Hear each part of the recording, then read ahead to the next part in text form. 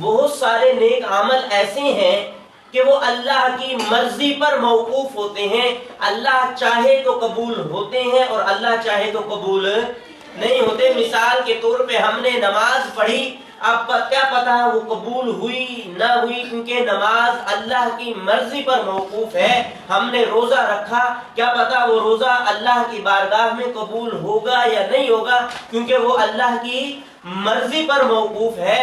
ہم نے حج کیا، کیا پتا اللہ کی بارگاہ میں قبول ہوگا یا نہیں ہوگا، کیونکہ وہ اللہ کی مرضی پر موقوف ہے۔ ہم نے تسبیحات پڑھی، کیا پتا قبول ہوں گی یا نہیں ہوں گی، کیونکہ وہ اللہ کی مرضی پر موقوف ہے۔ لیکن درود شریف ایک ایسا عمل ہے کہ انسان زبان سے نکالتا ہے اور اللہ کی بارگاہ میں قبول ہو جاتا ہے۔ زبان سے نکالتے ہی اللہ کی بارگاہ میں قبول ہو جاتا ہے۔ فرمایا